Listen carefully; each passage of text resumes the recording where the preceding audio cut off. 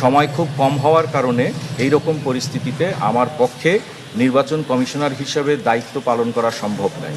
সেই কারণে আমি নির্বাচন কমিশন থেকে পদত্যাগের ঘোষণা দিচ্ছি। আমি কি কোনো চাপের মুখে পদত্যাগ করেছি কিনা, আমি এবার উল্টাটা বলি, আমি পদত্যাগ করি নাই, কিন্তু গতকালকে বিকাল থেকে আমাকে চাপ দেওয়া হয়েছে যাতে আমি পদত্যাগ না করি। হ্যাঁ, এমনকি বিভিন্নভাবেই আমাকে চাপ দেওয়া হয়েছে যাতে আমি অন্তত মেনে নিই।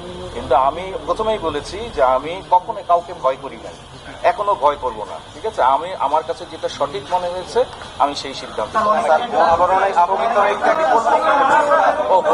এটা অনেক সময় হয়ে থাকে। স্যারই উনি প্রশ্ন করেছেন যে বিভিন্ন সময় যদি বিভিন্ন অভিযোগ আসে, নিয়মই আছে খুব দ্রুত সেই সমস্ত অভিযোগ আমলে নিয়ে ভোট গণনাটা আপাতত স্থগিত রেখে সিদ্ধান্ত গ্রহণ করা হয়।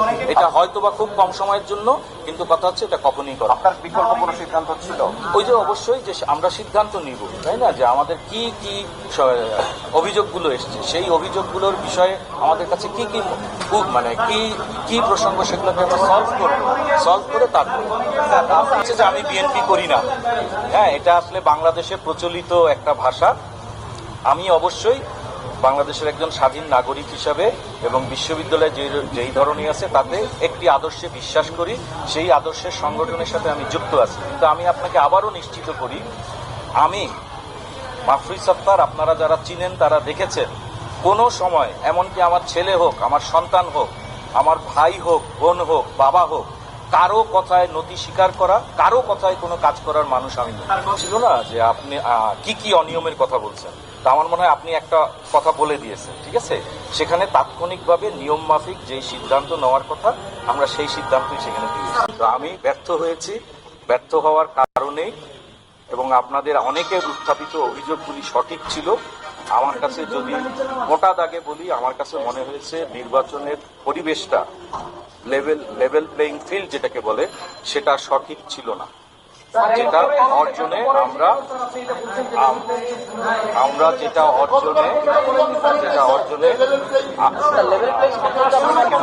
আপনারা কথাটা ঠিকই বলেছেন যে আপনি এই মুহূর্তে এসে বললেন কেন। দেখেন, আমরা সবাই কিন্তু মানুষ, তাই না? আমাদের সবসময় একটা আশা থাকে। আশাটা থাকে কি, একটা জায়গায় হয়তো আমরা একমত হব, আমরা হয়তো সবকিছু কি করতে পারবো, দূর করতে পারবো। যখন সেই জায়গাটা চলে যায়, প্রত্যেকবারই মনে করেছি, কিন্তু এই যে এখন বলছি যে কেন এই মুহূর্তে বললেন, তাহলে আমাকে হয়তো আগামীকালকে বা পরশু বা যখন ফল প্রকাশ করা হবে তখন আপনারা বলতেন যে কেন ফল প্রকাশের আগে আপনি এটা বললেন না। আমি মনে করি যে আমি হয়তো দেরি করেছি, সেই দোষ আমার, কিন্তু আমি মনে করছি বেটার